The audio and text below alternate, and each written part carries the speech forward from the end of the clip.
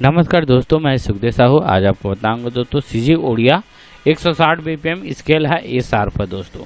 तो टोटल दोस्तों इसमें 1 से लेकर 35 फाइल है। देख रहे हैं 101 लिखा है और टोटल ये इसमें लास्ट में 35 एंड। तो टोटल इसको मैं कंप्लीट चला के बता रहा हूँ दोस्तों। जिसको खरीदना होगा वो नीचे में नंबर है, कॉल करके ले सकते हो दोस्तों। तो चलिए वीडियो में बने रहिए। यहाँ 160 बीपीएम पहले लगा लेते हैं ताकि सही टेम्पो आपको पता चलेगा। बाकी आप कम ज़्यादा स्टाइलस के माध्यम से कर सकते हो दोस्तों।